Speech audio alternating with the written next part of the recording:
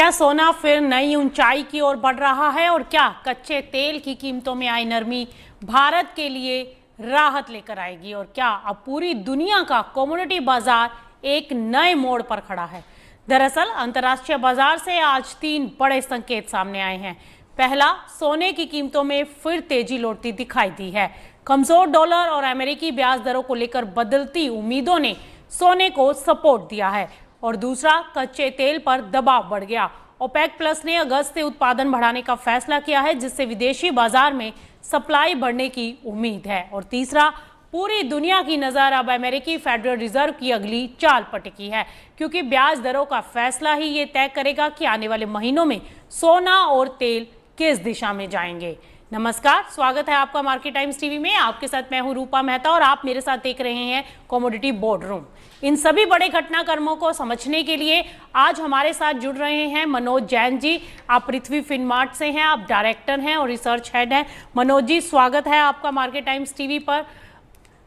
Recording in progress. Manoj ji, जैसा कि हम देख रहे हैं कि सोने में रिकवरी आ चुकी है और फ्राइडे को भी हम आपसे बात कर रहे थे तो आपने यही बोला था कि आगे सोने और चांदी में खरीदारी का मौका बनता हुआ दिखाई दे सकता है और आज हमने वो देखा भी, बाजार तेजी के साथ कारोबार करते हुए दिखाई दे रहे हैं।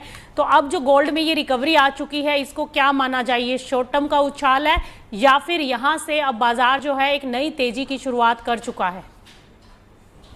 नमस्कार रूपा जी, सबसे पहले शो में बुलाने के लिए धन्यवाद। जहां तक नई तेजी का सवाल है तो अभी उसके लिए थोड़ा समय लगेगा। मेरा मानना है कि एक जो बड़ी गिरावट सोने और चांदी की कीमतों में गत माह देखने को मिली थी, उसके बाद मार्केट वहां पे निचले स्तरों से एक रिकवरी जो है दिखाते हुए नजर आ रहे हैं, क्योंकि पिछले सप्ताह जो फेड चेयरमैन के स्टेटमेंट आए थे वो मार्केट को सपोर्ट करते हुए नजर आए, क्योंकि एफओएमसी मीटिंग के बाद उनके जो स्टेटमेंट थे वो काफी हॉकिश थे। लेकिन पिछले सप्ताह जब वो वापस से वहां पे जब अपने बयान दे रहे थे तो उन्होंने बोला कि जो ब्याज दरों में बढ़ोतरी के लिए मुख्य कारक था महंगाई की चिंता, तो वो थोड़ा यहाँ पे कमजोर पड़ता हुआ नजर आ रहा है, क्योंकि कच्चे तेल की कीमतें अब दबाव में है। तो फेड वहां पे ब्याज दरों में बढ़ोतरी के लिए कोई जल्दबाजी नहीं करेगा और उनके इस स्टेटमेंट के बाद जो है डॉलर इंडेक्स में नरमी देखने को मिली और सोना और चांदी रिकवरी दिखा रहे हैं। तो हमारा मानना है कि बड़ी गिरावट के बाद का एक रिट्रेसमेंट कीमतों में देखने को मिल रहा है, लेकिन अभी काफी जल्दबाजी होगी ये कहना कि सोना और चांदी यहाँ पे नई तेजी की ओर बढ़ रहे हैं।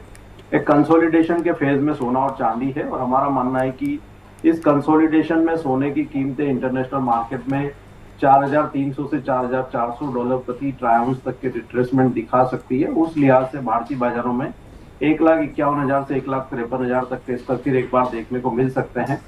वहीं अगर चांदी की बात करें तो वहां पे 66 डॉलर तक के रिट्रेसमेंट एक देखने को मिल सकते हैं। उस लिहाज से भारतीय बाजारों में लगभग 2,50,000 तक के स्तर वहां पे संभावित हैं। तो एक बड़ी गिरावट के बाद का रिट्रेसमेंट हम बाजार में होते हुए देख रहे हैं, लेकिन अभी इसको नई बड़ी तेजी की जो है संभावना समझना अभी गलत होगा। हमारा मानना है कि उसके लिए एक बड़े ट्रिगर का वेट करना चाहिए। ओके, तो यानी कि ये मान के चलें कि अमेरिका के कमजोर रोजगार आंकड़ों के बाद बाजार ये अब मान रहा है कि फेड इस साल ब्याज दरों को लेकर पहले जितना आक्रामक नहीं रहेगा और यही इसकी अब सबसे बड़ी एक बार ताकत बनती दिखाई दे रही है। लेकिन दूसरी तरफ मनोज जी देखें तो महंगाई भी अभी चिंता का विषय है। अगर फेड फिर सख्त रुख अपनाता है तो फिर क्या लगता है कि गोल्ड के ऊपर दबाव बढ़ सकता है? देखिए, महंगाई के लिए हमारा मानना है कि जो कच्चे तेल की कीमतें वो सबसे बड़ा कारण थी और वो यहाँ पे ईज होता हुआ नजर आया है। और इनफैक्ट जो फरवरी मंथ में प्री वॉर लेवल पे जो स्तर थे वहां पे कच्चा तेल फिर एक बार पहुंचता हुआ नजर आया है। तो कहीं ना कहीं महंगाई की चिंता जो है वो थोड़ी कमजोर पड़ती हुई नजर आई है। लेकिन यहाँ पे फूड इन्फ्लेशन को लेकर के जरूर चिंता है, क्योंकि पूरी दुनिया यहाँ पे जो पर्यावरण में जो बदलाव है उसके चलते कमजोर बारिश के संकेतों से जूझ रहा है। तो अगर वहां पे कोई बड़ी गिरावट देखने को नहीं मिलती है बारिश में, और अगर एल नीनो की जो संभावनाएं जताई जा रही है वो कमजोर पड़ती है, तो फिर वहां पे जो महंगाई की चिंता है वो भी कमजोर पड़ती हुई नजर आएगी। तो शॉर्ट टर्म में हमारा मानना है कि मार्केट एक रेंज में ही कंसोलिडेट करता हुआ नजर आएगा। अगला ट्रिगर जो है मार्केट के लिए वो इस सप्ताह एफओएमसी मीटिंग के मिनट्स रहेंगे और फेड चेयरमैन की इस सप्ताह भी जो स्पीच होनी है वहां से फिर जो है फ्रेश डायरेक्शंस मार्केट को मिलते हुए नजर आएंगे। लेकिन शॉर्ट टर्म के लिए अगर जुलाई मंथ की हम बात करें तो मार्केट एक कंसोलिडेशन के फेज में ही रहे। ओके, मनोज जी, कच्चे तेल की अगर बात करें तो ओपेक प्लस ने अगस्त से उत्पादन बढ़ाने का फैसला लिया है। क्या इससे कच्चे तेल में और गिरावट देखने को मिलेगी, और अगर हाँ तो ये कितने नीचे तक और मार्केट जा सकता है, क्या लेवल्स होंगे? मेरा मानना है कि ये ओपेक की जो प्रीवियस जो मीटिंग्स हुई थी उसके इनलाइन ही ओपेक का निर्णय है, और ओपेक पहले ही कह चुका है कि ग्रेजुअली वो उत्पादन में बढ़ोतरी करेंगे और मार्केट उसको ऑलरेडी प्राइसिंग करके चल रहा है। लेकिन अब यहाँ से कोई बड़ी गिरावट कच्चे तेल में आएगी उसकी संभावना कम है, क्योंकि यहाँ पे एक नया जो फैक्टर देखने को मिल रहा है, रशिया यूक्रेन वॉर के दरमियान यूक्रेन की जो ड्रोन स्ट्राइक्स रशियन रिफाइनरीज के ऊपर हुई है, उसके चलते काफी बड़ी जो है रिफाइनिंग कैपेसिटी वहां पर डैमेज होती हुई नजर आई है रशिया में। तो कहीं ना कहीं जो उत्पादन में बढ़ोतरी ओपेक प्लस की तरफ से देखने को मिल रही है, जो गल्फ रीजन से जो वहां पे प्रोडक्शन रीस्टोर होगा, तो कहीं ना कहीं वो रशियन ऑयल की जो सप्लाई है वहां पे कुछ कैप लगते हुए नजर आएंगे, तो वो वहां पे चीजें ऑफसेट होती हुई नजर आएगी। तो मेरा मानना है कि अभी WTI $65 एक स्ट्रॉन्ग बेस रहेगा इंटरनेशनल मार्केट में। ग्रेजुअली $76 प्रति बैरल की ओर कीमतें जाती हुई नजर आएगी, जो भी लगभग 68-69 के आसपास ट्रेड हो रही है। तो यहाँ से लगभग $5 से $6 अपसाइड जाने की पोटेंशियल नजर आती है, डिस्पाइट कि ओपेक प्लस वहां पे उत्पादन में बढ़ोतरी कर रहा है। भारतीय बाजारों में भी हमारा मानना है कि कच्चे तेल में 6350 6400 ये बेस रहेगा शॉर्ट टर्म के लिए, और कीमतें फिर एक बार वहां पे 6950 से 7100 के जो अपने रेजिस्टेंस लेवल है उसको टेस्ट कर सकती है। तो कच्चे तेल में भी यहाँ पे कंसोलिडेशन रहेगा, लेकिन डाउनसाइड यहाँ पे प्रोटेक्टेड लगती है, और एक रिट्रेसमेंट हम जो है देख सकते हैं $76 इंटरनेशनल मार्केट में और लगभग 7100 भारतीय बाजार। और अगर ब्रेंट मनोज जी $70 के आसपास या उसके नीचे बना रहता है, तो क्या लगता है कि भारत के लिए इसका सबसे बड़ा फायदा क्या होगा? क्या महंगाई और आयात बिल में राहत मिल सकती है? बिल्कुल यहाँ पे, पर मुझे नहीं लगता कि ब्रेंट 70 के नीचे जाता हुआ नजर आएगा। कहीं ना कहीं $75 प्रति बैरल एक बेस रहेगा, लेकिन काफी कुछ भारत के लिए चिंता कम होती हुई नजर आई है, क्योंकि वॉर टाइम में हमारा जो क्रूड बास्केट है वो लगभग $140-145 प्रति बैरल तक पहुंच गया था, जो अभी लगभग $80 के आसपास है। तो मेरा मानना है कि महंगाई की चिंता काफी हद तक कम हुई है। दूसरा, यहाँ पे जो हमारे फॉरेन एक्सचेंज खर्च हो रहे थे कच्चे तेल के आयात में, वहां पे भी जो है हमारा मानना है कि सुधार देखने को मिलेगा, और जो एक आउटफ्लो भारतीय बाजारों से FPIs का देखने को मिल रहा था वो भी यहाँ पे थोड़ा थमता हुआ नजर आया है। तो ग्रेजुअली भारतीय इकोनॉमी के लिए यहाँ पे सुधार के संकेत हैं, और कच्चा तेल यहाँ पे अगर एक दायरे में बना रहता है तो वो काफी हद तक महंगाई की चिंता को भी कम करेगा, और आने वाले समय में रुपये को भी सपोर्ट कर सकता है। तो ऐसे में भारतीय इन्वेस्टर्स के लिए क्या रणनीति होनी चाहिए इस समय? अभी थोड़ा सा वेट करें, या जिन्होंने फ्राइडे को, जैसा कि हमने बताया भी था, और उसके बाद से बाजारों में तेजी भी आई, जिन लोगों ने पोजीशन बनाई हो तो वो एक बार प्रॉफिट बुक करें? देखिए, यहाँ पे अगर अच्छे निचले स्तरों पर अगर पोजीशन ली है और अच्छे प्रॉफिट में है तो वहां पे मुनाफा बुक कर सकते हैं। फ्रेश बाइंग के लिए मेरा मानना है कि अगर सोने की बात करें 1,45,000 के आसपास के स्तर आते हैं तो वो फिर एक बार बाइंग के लिहाज से बेहतर स्तर होंगे। वहां पे एक 42,400 के आसपास का स्टॉप लॉस लगा करके 149 तक के लिए जो है लॉन्ग की पोजीशन बिल्ड की जा सकती है। चांदी में भी हमारा मानना है कि 2,32,000 से 2,30,000 की रेंज वहां पे फिर बाइंग के लिहाज से बेहतर होगी। 2,27,000 के नीचे के स्टॉप लॉस लगा के वहां भी ऊपर में 2,40,000 और 2,44,000 के लक्ष्य के लिए बाइंग बनाई जा सकती है। कच्चे तेल की अगर बात करें तो हमारा मानना है कि यहाँ भी 6,500 के स्तर के आसपास बाइंग की जा सकती है, 6,380 के स्टॉप लॉस से, और लक्ष्य वहां पे 6,660 तक के रखे जा सकते हैं। ओके, तो मनोज जी, नेचुरल गैस अब विदेशी बाजारों में लुढ़क चुका है, आज 1.5% की गिरावट देख रहे हैं, तो इसमें क्या रणनीति समझ में आती है? नेचुरल गैस एक कंसोलिडेशन फेज में है, और हम देख रहे हैं कि जो 288 से 322 का रेंज नेचुरल गैस में यहाँ पे बना हुआ है। हमारा मानना है कि जब तक कीमतें 288 के स्तर के ऊपर बनी हुई है, कोई भी डिप आता है 300 से 296 की रेंज में, तो वो फिर एक बार बाइंग की अपॉर्चुनिटी के रूप में देखना चाहिए। 288 के नीचे का स्टॉप लॉस प्लेस करके ऊपर में 310 315 के लक्ष्य इस सप्ताह फिर रखे जा सकते हैं।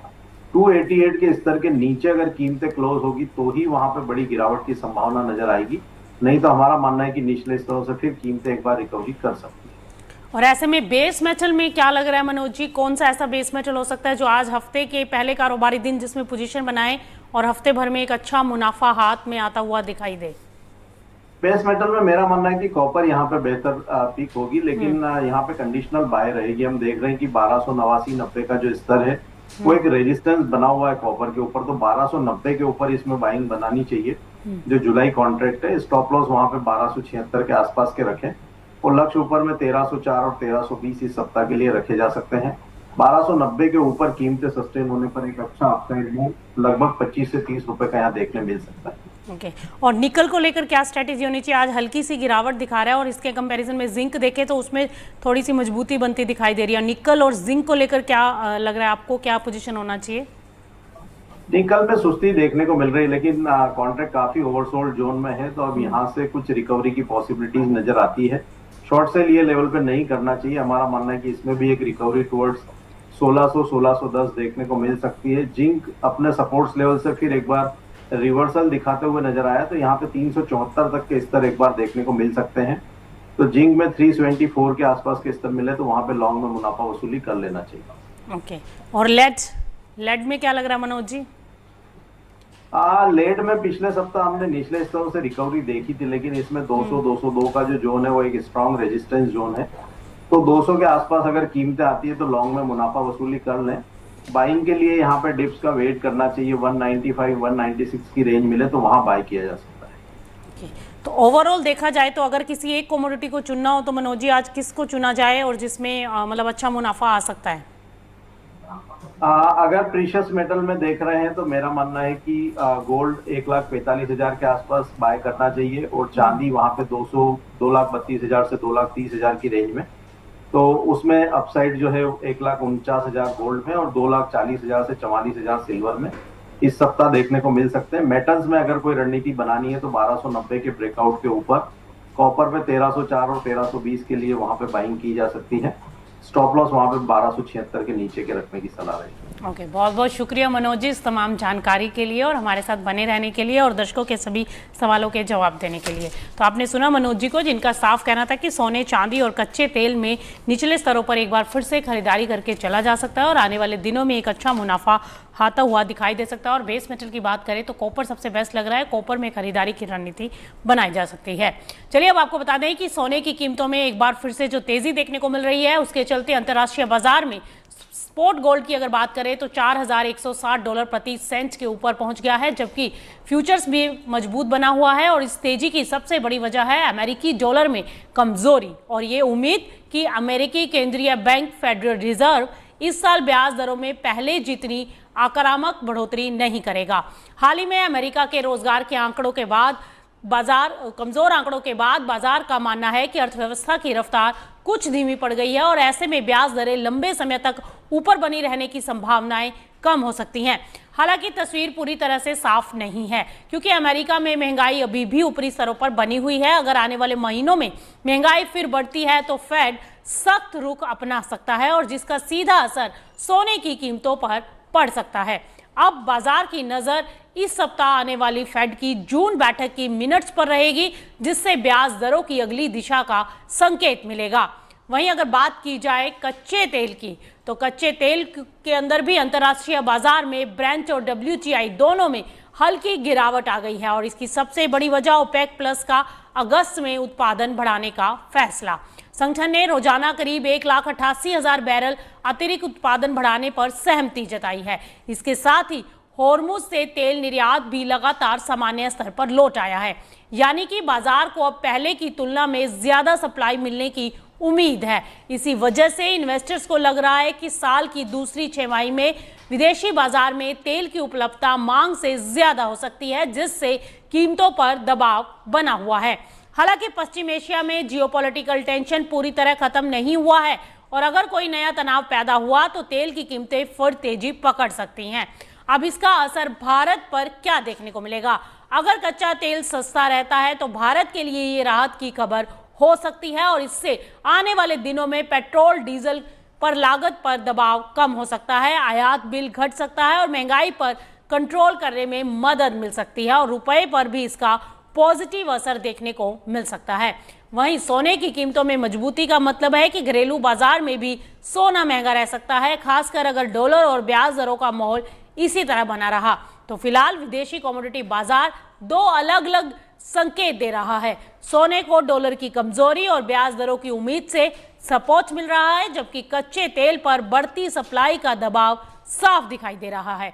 अब बाजार की अगली चाल अमेरिका की ब्याज दर नीति ओपेक प्लस के उत्पादन और पश्चिम एशिया के जियोपॉलिटिकल घटनाक्रम पर निर्भर रहेगी। फिलहाल कमोडिटी बोर्ड रूम में इतना ही। आप बने रहिए मार्केट टाइम्स टीवी पर, क्योंकि खबरों का सिलसिला लगातार जारी है।